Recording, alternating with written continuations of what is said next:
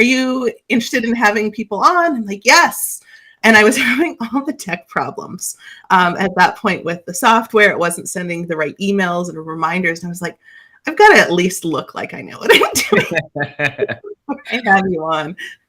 Well, I'm glad I've made it here, and everything worked. The emails worked. They were very informative, and yeah, I'm excited to be here. I'm excited to talk to your audience and just and geek out about storytelling and just anything that you want to talk about. Awesome. Well, and I first saw you on stage last year at TCC and IRL, and it was really exciting to me that I could actually go. We were talking before we went live about my kids and all of the drama that they've caused my life. But it was really hard to be able to get childcare until this is the first year I've actually been able to go to conferences in a very long time. And I used to run them in a former life, but actually getting to go and participate. So it was super excited to get to go last year because it was virtual. And now that live is a thing again, I can't wait to see you on stage. And I feel like I'm in this special secret club because I get to talk to you one-on-one before you go on stage in front of this group. So that group, incidentally, for anyone who has not heard me talk about it, is the Copywriter Club. And it's a live conference. And you've spoken at all of them, right? No, not all of them. Not the very first one. So the very first one, I was just an attendee. Like, you're about to be an attendee this year. I was an attendee. I joke about it that I was the weird guy in the room, the filmmaker who made it into a copywriting room. And I loved it. I loved everything about it. Rob invited me to speak the second year, and I've been speaking ever since. So I've missed one that I didn't speak, but I've been at every one ever since. Fantastic. And we were talking about what it is to show up on stage too. Yeah. Do you want to show off on video this cool gadget? Yes. So I have this fidget that I've been fidgeting with. And so, yeah, it's a cool gadget. So I get really nervous on stage. I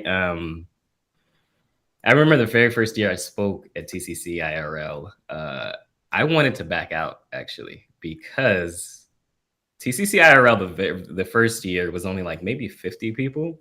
I had no idea how many people would attend the second year, which is the year that I spoke on stage. There were about 200 people in the room.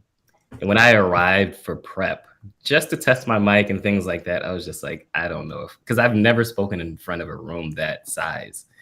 And so I paced back and forth in my hotel room, trying to figure out how am I going to get this speech right in order to not look like an idiot in front of 200 people. What I ended up doing was that I recorded. So I had written out my speech. Then I recorded myself on my iPhone, took the voice memo, moved it into iTunes, and I replayed that in a loop as I went to sleep that night with it in my ears. And the next morning, I woke up feeling more confident. And that was the only thing that really gave me the confidence to go on stage. But yeah, I'm still a nervous wreck. Like, even right now, we're about 10 days away as we record this. And I'm just like, how am I going to, because the room is still going to be about the same size, but now I've raised the bar because everyone remembers me as the guy in the black cape who had such a great presentation. I remember seeing on LinkedIn not too long ago, probably a couple months ago, people saying, hey, I don't remember anyone else from that year, but I remember your talk. And that's a lot of pressure. So I mentioned to Erin before we start recording, I will more than likely bring this on stage. So this won't be the clicker for my slides. This will be the clicker that I'm just clicking around to remain calm and not freak out. And if you see Jude have two things going at once, now you know what it is. Yes. So yeah, it'll be fun though. I'm looking forward to it. It is, obviously it's been a while for both of us to be in a room with other people to see our friends, right? Like TCC for me is a family, and I'm looking forward to seeing everyone, and that'll be the most exciting thing. And then it'll be about 30 minutes where I'm freaking out the entire time, but I'll be all right. I'll be good. Well, we'll have like a cool drink of water or something a little stronger at the back of the room when you're ready. Yeah. So, you know, we've been talking about like actually showing up in person. I've been joking a lot for the last week about wearing pants, and it's like, oh, I get to wear pants. And someone's like, do you actually want to? And it's, you know, I was thinking, it's like, surprisingly, I actually do. I mean, we're not going to go weird here, but you know, I'm just like, it's been the queen of athleisure wear for the last 5 or 6 years since I've been working at home, which is it's just an interesting switch to reality that my husband just laughs at me about, because he obviously goes to work every day and he wears pants, and he's, Mhm. I don't get you, my friend. But to make a totally awkward seg, so you joke about being the filmmaker in the room of copywriters, but it's really all about storytelling. Yes. So how did you get into that? And you go on location a lot too. So I want to know all about what you do. Yeah, so I started this video production company at 17 years old. I was in high school, and my TV production teacher, Mrs. Donnelly, said to me on May 4th, 2006, she said, "Jude, you're really, really talented at video production. You should start a business." I'm the youngest of 10 children. My father worked at as a construction worker Monday through Friday, and my mother worked at a chair factory. And so I didn't. I was just like, "There's no way I could be an entrepreneur." No one in my family had done it. But the following day, May 5th, 2006, you see me reaching for something, and that's because May 5th, 2006, Mrs. Donnelly handed me a yellow envelope, and inside of the yellow envelope was my first set of business cards, and I still have one to this day. She did not allow me to say no. She pushed me to get started in the business, and that's literally how I got started as a filmmaker. 17 years old, I was naive enough to think that all I needed was business cards and a video camera, and that people would hire me. And they did in the beginning. But I failed my first 5 years in business because I didn't understand marketing and I didn't understand sales. And so you asked me, like, how did I get into the realm of copywriters? I think at that point, maybe 12 years I was in business. I was thinking to myself, I wanted to get better at marketing and copywriting, and I wanted to offer that service to my clients because I knew the most important part of the video production and storytelling wasn't just the final video. It was making sure that people get to see the final video. And so I was thinking to myself, I had learned about like Jeff Walker's product launch formula, but I was like, the most critical piece is the copywriting that leads them to the video production that I've done, the story that I've done. And so that's how I ended up in the room. I first listened to TCCI podcast, so the Copywriter Club podcast. And it was just like, this is a whole new world that I had no idea existed. What I later realized too, though, was that I was a bit burnt out and I was looking for a different avenue of being an entrepreneur. Because again, I had been at that point, maybe 12 years, I think I had been an entrepreneur. And I always said, after 10 years, if I'm not where I want to be, I'm going to call it quits. And it wasn't that I wasn't where I wanted to be. It was just that I wanted to play the game a little bit differently, and I was looking for options on how to play it differently. I didn't know it at the time. I only know that now, today, as we record this in 2022, because I burnt out, and I officially burnt out in 2020. But as I started going to therapy and realizing when did this actually start, it was about 2018. And 2018, I think, was the very first year of TCC IRL. Okay. So, yeah, can we talk a little bit about that burnout? I don't want to go too personal, but what you've done, you've learned some really cool things as a result, and you've released a book now Yes. because of that. So, can you tell me kind of what happened and how you found your way through it to the other side? Yeah. So I'll start at the end of the story. So October 10th, 2020, I woke up and could not move. I wasn't paralyzed. I laid in the bed for about 2 hours, but I could not move. No matter what I did, I couldn't move. And what I later realized was that I was burnt out. I had never really paid attention to the word before. I had prided on myself on being able to get through hard things. But at that point in my career, I was 14 years in. And it was only after going through that burnout that I realized, or going through that day where I couldn't wake up and get out of bed, that I realized I needed to get help. So I went to see a therapist.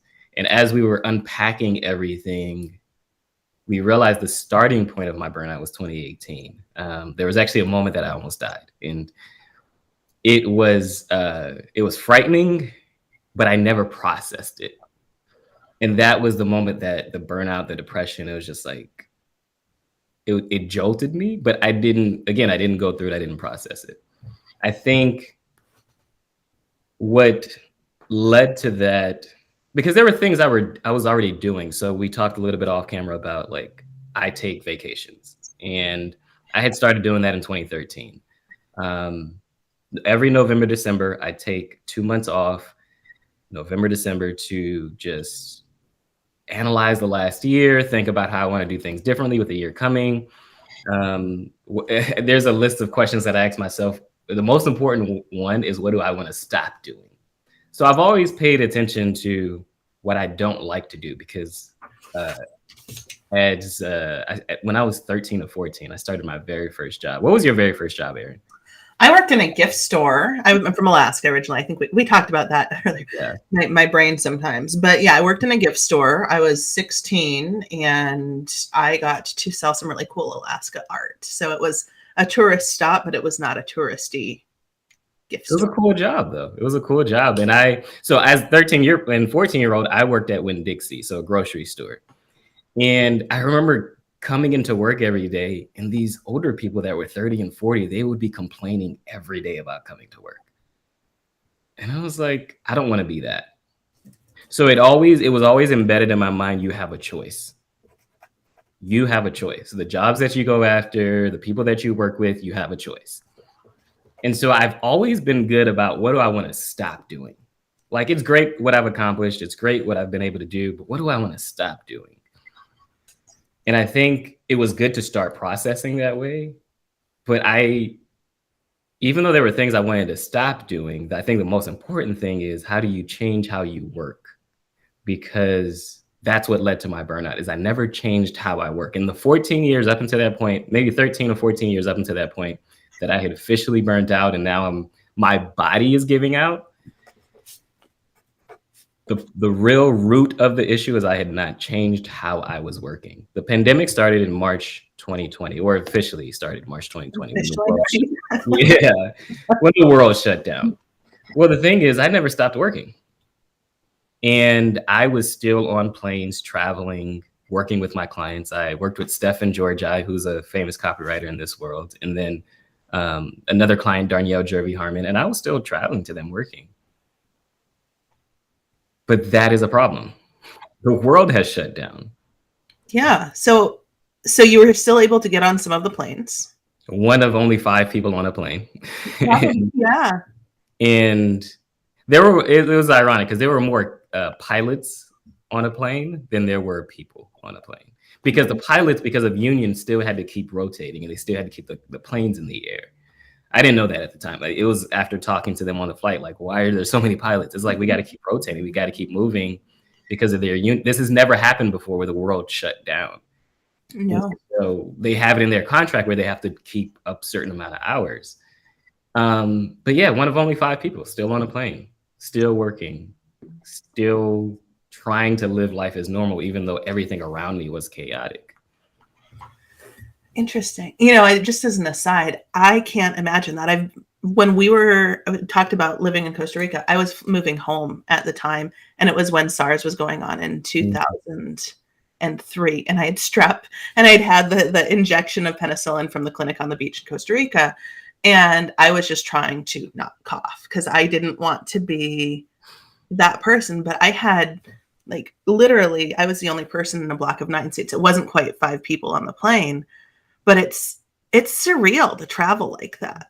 So I'm sorry to interrupt you and interject that, but it's bizarre. And I hadn't thought about that again until you just said literally one of 5 people on the plane. Yeah, I think for me, it was, so I worked through the 2008 recession. It was 2 years after I started my business, but I remember what that was like, where I didn't make money for 6 months. And I honestly thought the same thing would happen in 2020 when I saw the world shut down. So for me, still working was working out of fear. Yeah. Out of when is the ball going to drop? When are things going to shut down? When is this going to end? And I was confident that it was going to end. I was confident that the other shoe was going to drop and that money would stop coming in. So let me stockpile it now while I can.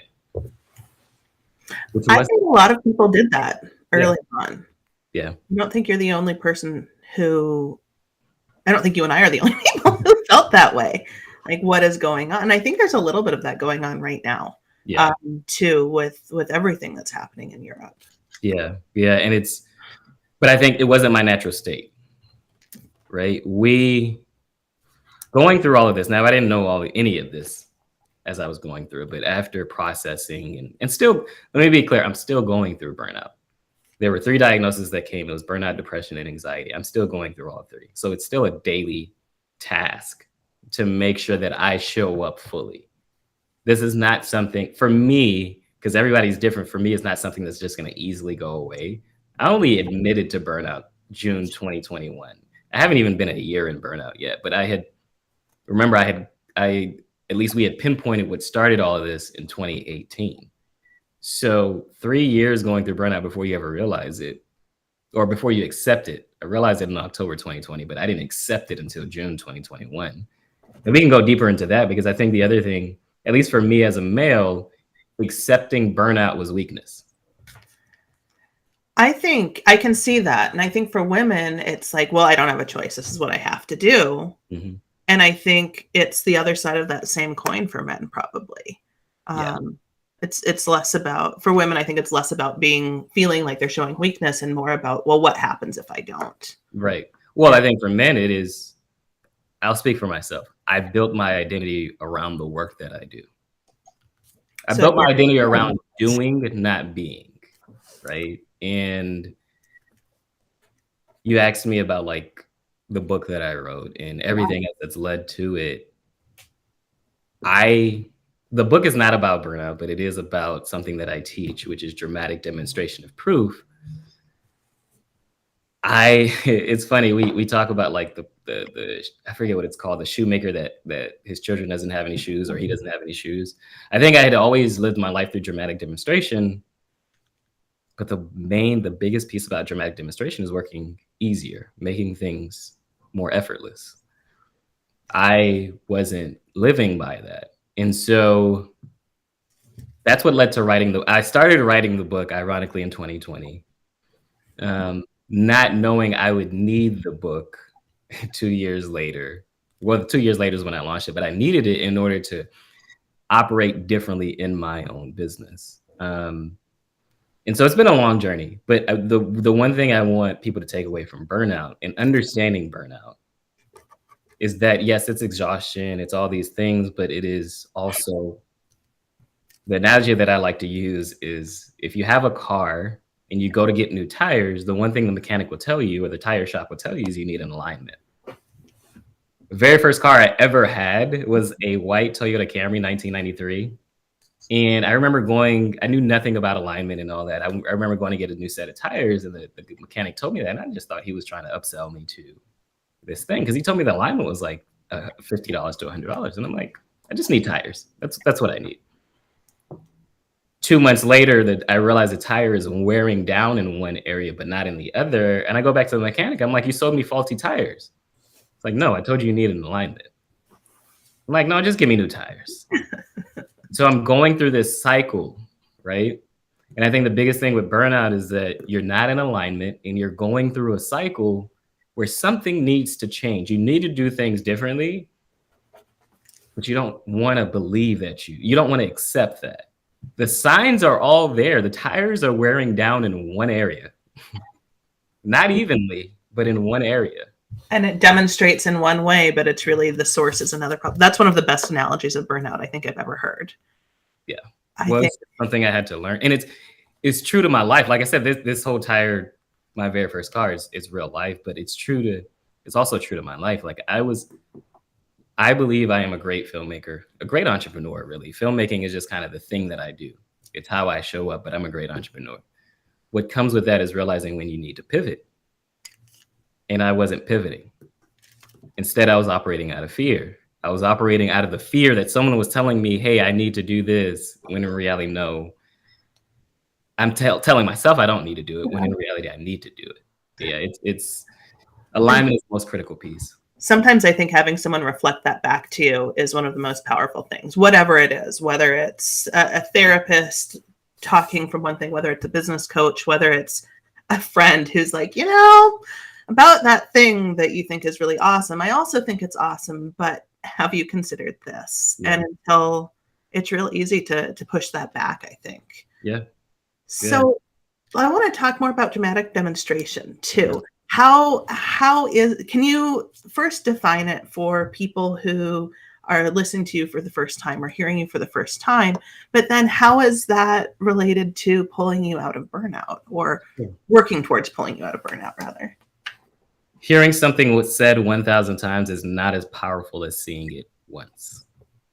In very simple terms, that is what dramatic demonstration is. It is not just telling your story, but showing your story. In my business as a filmmaker, I help entrepreneurs create their story, bring their story to life through a documentary or documentary series.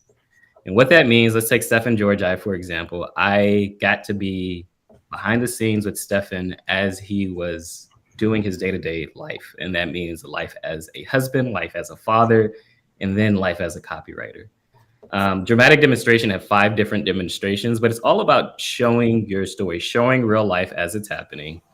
So there's behind the scenes, live illustration, social proof, unique mechanism, and transformation. We can break down all 5 if you want, but the key is, as an entrepreneur, as a leader of your business, it's not important to just come up with a great tagline, right? Or to come up with this maybe 7 or 8 words in your messaging. It's important to bring that messaging to life through real stories that's happening in your business. So most entrepreneurs would like to say we're a business that we have integrity. And what I often say is, tell me a moment in time that happened where you had to do the right thing and it cost you money. Because that shows me integrity, right? And then we can document that. So that's what dramatic demonstration of proof is that people aren't just going to believe the things that you say, they will believe the things that they see for themselves and come to their own conclusion. That's what dramatic demonstration of proof is to me. And how I've had to live that out is, so I did write a book, but I also, with the book, there was an audiobook. And in the audiobook, I have been featured at this point today, almost 70 different podcasts. But when the book came out, it was 50 different podcasts. In the audiobook, it's not just me reading the book. There's also conversations with me talking with other podcast hosts about the concepts that I teach in the book. It's a different experience, and it's a different dramatic demonstration of, 1, the social proof that I've been on 50 different podcasts. 2, the behind the scenes, because I tell behind the scenes stories and different things like that. But 3, it's a live illustration of me creating a dramatic demonstration of proof. Instead of me just reading this book to you word for word, I'm creating a presentation that allows you to experience it in a different way. Well, and I think that's particularly interesting. That's an approach I've never seen ever before, which is insanely cool in and of itself. But I think you're spot on. It's one thing to read something, it's another thing to hear something, but it's a whole different thing to have this immersive experience, right? Which you've managed to do for yourself, really well. Most importantly, what it does though is it makes the idea of selling the book more easier, which is the whole point of dramatic demonstration. We can work really hard to try to convince people what we're saying is true, or we could just show them. I am very aware that not many people know who I am. Why should I pay attention to Jude Charles? Why should I, when a client wants to work with you, why should I choose to do business with you versus any and every other option available to me? I'm showing you proof of that through this audiobook. With the audiobook, the first 3 chapters are available for free. It's about 2 hours long. Oh, really? I hadn't realized that. It's available for free exclusively on Spotify. We'll get an opportunity to really directly connect with you. Yeah. And, yeah. It's me proving to you that the book, I should mention the book is not cheap, but it's me proving to you the value of the book. I've had a few people listen to the audiobook. It's been out at this point about a month. And many people said to me, 1, this is an incredible experience. There's some people that don't even listen to audiobooks, and they're like, this just made me appreciate it more. There's others who said to me, I didn't buy the book initially, but it made me want to buy the book. Because if this is only just 2 hours and you not only reading the book and then the conversations, it really drills down the idea of the book. I go back to what I said in the beginning. I'm very aware that not many people know who I am, that I exist. Do I think I'm great? Absolutely. Do I think you're great? Yes. But it takes proving that to others.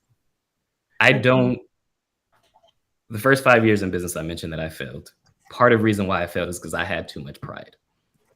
I am very aware, no matter what I am able to accomplish, that there's someone out there who doesn't know that I exist, and I'm not gonna have to work hard to prove it to them, but I am gonna have to prove it to them.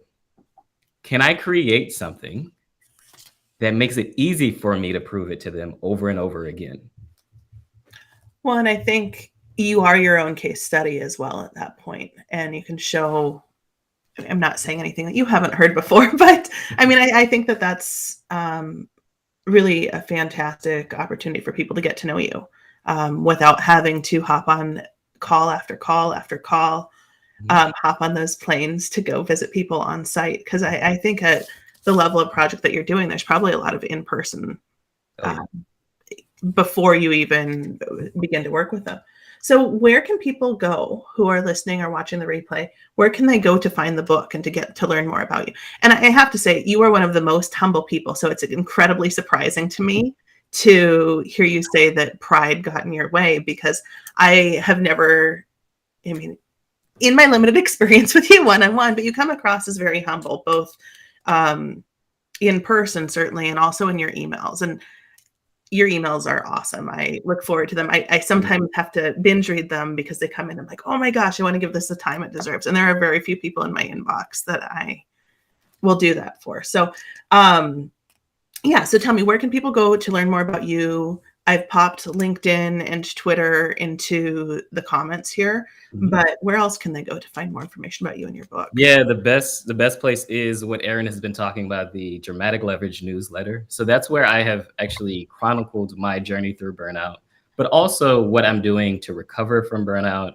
in this idea of not just telling my story, showing my story, working differently. That is the Dramatic Leverage newsletter. It is judecharles.co/newsletter. That's the best place because I not only, like you said, I'm my own case study. So I not only talk about what I've been through, but I'm showing how I'm growing from it and how I'm using exactly what I talk about, leveraging the power of storytelling to come out of it, to work better, to work smarter and work better, so that I can continue to live the life that I choose to live. And can I ask, sort of as the the back end of things, what was the thing that you chose that you didn't want to do anymore in 2021? And you said you took the time off. Damn, that's a great question, because there's a lot of things, but I think if I had to say like one thing, so we haven't talked about my business model. I work with 5 clients a year. I was very intentional about that. I had to decide. So this didn't happen in 2021. This happened recently, actually. So it's a great question. I had to decide to officially step away from video production as the person that does the work. So I've always had a team, but I was still very much involved in the day-to-day work of video production. Recently, I partnered with someone who is actually going to take over all of my production. And I will be officially the CEO, and that will be my role as CEO. I've always had editors and I've always had camera people, but this person is going to manage that team. And I think that's been the biggest thing for me, because even though I was coming out of burnout, one thing I had to realize is I was still very much in it, and there were still things leading to me. I'll be very transparent. So in February, I went to film in Orlando, Florida, and great shoot overall. It's a great client, great shoot. But on the flight back home, I found myself crying on the plane because it took so much energy out of me that it was my body releasing. And I've paid attention to the physical manifestation of burnout, not just mentally what's going on in my head. And so I realized the only way I'm going to get out of this is if I get out of this. Yeah. Right. And so I had to make the conscious decision. I need to hire a head of production. I cannot physically do the work of production anymore. And so I think that's the biggest thing is I had to let go of what I thought I still needed to do. It's an everyday process, everyday work. There were things I let go of over time. I started with the 5 client story because I told myself, okay, I can only work with 2 or 3 clients at this point. That was only step 1, not the real, this is what's going to help you, to fully get out of this. It was hard. If I'm honest, it was hard to let go of that because I was going to say, that's your baby. It's got to be really hard to say, okay, go off to college. Yeah, it's hard. And I like that analogy of go off to college because it's a 15-year business. This business is in its teenage years. That's amazing. Right? Again, alignment, operating differently, doing something differently. I always talked about it. It's not easy to do. And that's why I choose to be transparent about the pride that I had when I first started the business, or going through burnout multiple times, or still being in burnout. Some people will come out of burnout and then not deal with the reality that I'm still in burnout. That's why I choose to be transparent. I think it's easy to talk about the great things. It's taboo as a successful entrepreneur to talk about these things, but I want people to see the reality because entrepreneurship, it's not easy. Like, you have to be crazy to be an entrepreneur. You have to be. 100%. Who was I talking to? I was anyway offline, a Zoom conversation. It's like, are we nuts? You have to be. Are we certifiable to keep doing this? And a friend of mine runs a business for women, and she's an entrepreneur herself. She said entrepreneurship is having just enough success to want to keep going, and the rest is the other side of it, and no one sees the other side of it. No one sees it, and I want to be transparent about it because if you understand the other side of it, the most important piece and what I am passionate about today is not even dramatic demonstration, it's dramatic leverage. That's why the newsletter is named that. If you understand the downside to entrepreneurship, you can hedge your bet against it, meaning you can create the leverage that you need. The sweet thing about entrepreneurship is definitely the money and the lifestyle. I don't care who you are, what you do, it's the money and the lifestyle, whether from Amazon all the way down to me, who runs a multiple 6-figure business. But what you do to hedge against your bet that you're going to make all this money is that you make it easier over time to make more money. And again, it was hard for me to let go of production because production is the bulk of my money that I make. Now I'm having to shift that a little bit and truly just be the CEO. That doesn't mean that I get a salary. I still have to bring an income for myself. Right. And I'm willing to bet against that because now I've created the book that gives me that leverage. I've created the audiobook that gives me that leverage. I can increase my price at this point. That, again, gives me leverage because now I'm demonstrating my expertise in a way that's like, hey, you don't want to work with me? That's fine. But here's proof. And I believe in that proof. And I'm very confident in that proof. We're just not the right fit. So again, I just choose to be transparent because I think this is the side that many people don't talk about, that you do have to create leverage points so that you make it easier to hire other people so that you're not doing all the work. And I could talk to you about this for hours, Yeah. I think, probably. Because this is something I'm at this point in my business where it's like, okay, what am I going to do? Do I want to keep going on this path? Sort of, but not 100%. And what does that look like? What will that look like? So that's actually my mission for next week. Yeah. Just a small task. Yeah. Figure out the next. Question everything. That's what I had to do. The one advice I would give you that I had to do, and I still do to this day, question everything. Does it have to be that way? Does it have to? I love video production, but it was never my end game.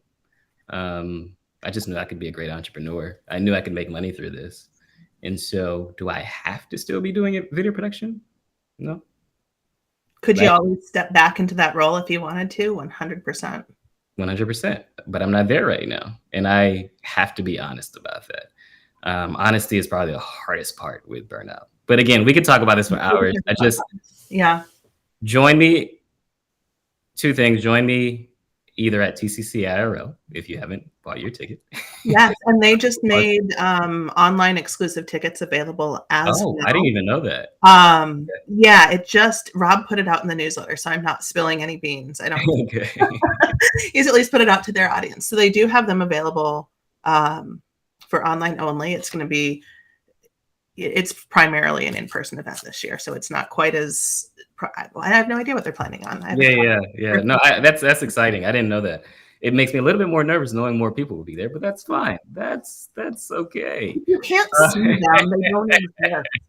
No, but up on the computer, even though there's anyone could be tuning in, it's just you and I talking. Right. It's way easier for me. No, join me at TCC IRL or join me on the Dramatic Leverage newsletter. Again, this is where I go really deep on this topic. I'm very passionate about it. My mission that I didn't get to mention is to lead and empower entrepreneurs to have relentless courage. I like that, relentless courage. Courage looks different for everybody, and I want you to know what courage means for you, not what I'm telling you courage means. And that's why I have the courage to come on here and be transparent and to talk about what I'm going through, even as a successful, quote unquote, successful entrepreneur. Well, thank you for not just being so unflinchingly honest, but also for taking the time to come be here with me today. It has been a true pleasure. I will pop your links into the updated pieces everywhere that this shows up. And if you have questions for Jude, you can certainly tag him in any of these. And I know that he's wonderful to hear, certainly, but he's also been fantastic on email as well for back and forth. So definitely head over, follow him, and thank you again for being here, Jude. Thank you for having me, Erin. It was definitely a pleasure. Looking forward to continuing our conversation, seeing you at TCC IRL. I can't wait. And we'll know what everyone looks like from like here down. Yes, we will. Awesome. Right. Thank you guys for your audience for paying attention, and for any questions, like she said, any questions you may have, just definitely reach out to me. I'm more than accessible. Fantastic.